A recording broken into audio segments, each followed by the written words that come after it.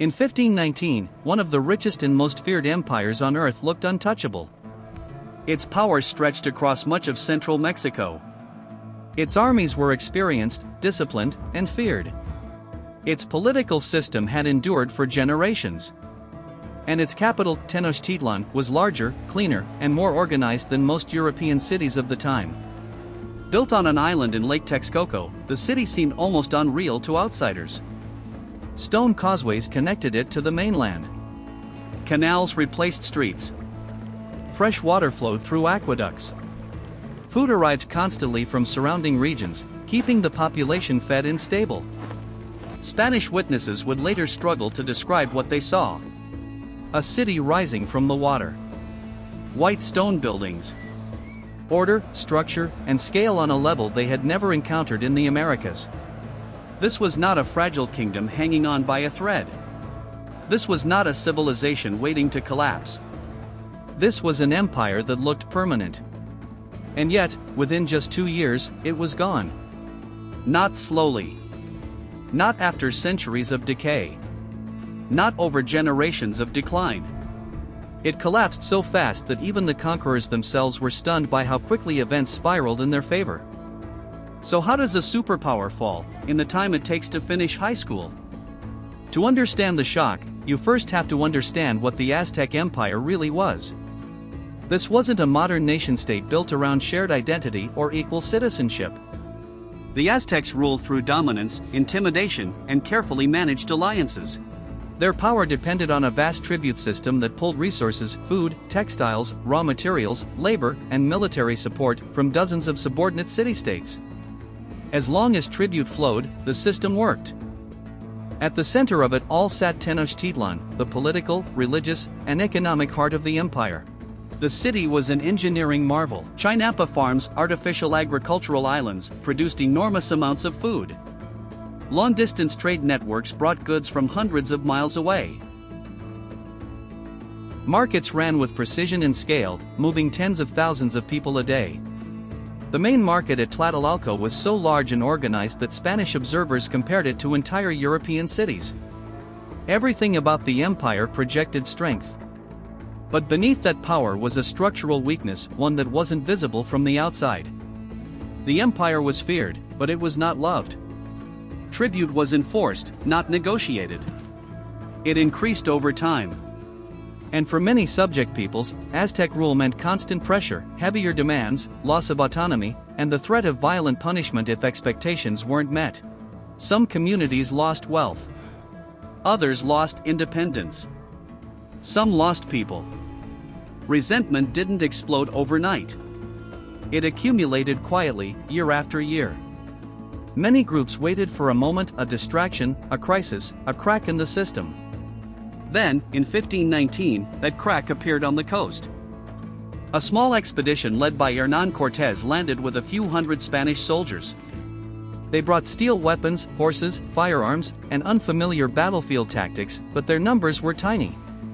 They were not an army capable of conquering an empire by force. Not even close. If this had been a straightforward invasion, foreign army versus imperial military, the outcome would have been obvious. So Cortés didn't try to fight the empire head-on. He did something far more dangerous. He turned the empire's enemies into weapons. As the Spanish moved inland, they encountered societies that had lived under Aztec dominance for decades. Many initially resisted the newcomers. Some attacked them outright. Others watched carefully, calculating. The most important encounter came with Tlaxcala. Tlaxcala was a powerful rival state, one that had fought the Aztecs repeatedly and successfully resisted absorption into the empire. Their rivalry was long, bitter, and violent. At first, the Tlaxcalans fought the Spanish hard. The battles were brutal. Casualties were heavy on both sides. But then the situation shifted. The Tlaxcalans realized these outsiders, unpredictable, technologically strange, and clearly hostile to the Aztecs, could be used. Not as rulers. Not as liberators. But as a tool. They switched sides. This moment is everything. Because from here on, the conflict stops being Spain versus the Aztecs.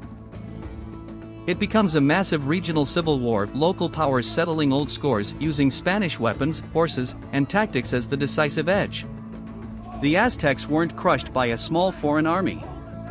They were overwhelmed by a coalition that finally had a chance to strike back. When this coalition reached Tenochtitlan, the empire's leadership faced a situation no one had prepared for. The ruler, Moctezuma II, was forced to interpret a threat that didn't fit existing political models. These outsiders weren't traitors. They weren't traditional enemies. They weren't clearly conquerors, at least not yet. They brought unfamiliar weapons, unfamiliar animals, unfamiliar intentions. The leadership hesitated. Instead of eliminating the threat early, they chose negotiation. They invited the outsiders into the city. They attempted to manage the danger from inside the imperial center through diplomacy, control, and observation. From a short-term political perspective, this made sense. From a strategic perspective, it was disastrous. Because it gave the outsiders exactly what they needed: time to study the city, understand its defenses, gather intelligence, and position themselves at the heart of power. This is the terrifying part of the story. Sometimes empires don't fall because they're weak. They fall because they choose the wrong strategy in the first critical week. Tension escalated fast. Trust broke down. Violence erupted. Control slipped. Suddenly, the outsiders weren't guests anymore, they were prisoners inside a city that wanted them dead. Chaos followed. There was an attempted retreat. Battles exploded along the causeways. Hundreds died. For a brief moment, it looked like the empire had survived the crisis. The outsiders were forced out. But survival wasn't victory. Because something else had entered the city, something no army could fight. Disease. Smallpox swept through the region with devastating speed. Entire communities with no prior exposure were hit at once. Mortality rates were staggering. This wasn't just a medical disaster. It was a command and control collapse. Leaders died. Generals died. Officials died. When leadership disappears, armies lose coordination. When workers die, food systems break down.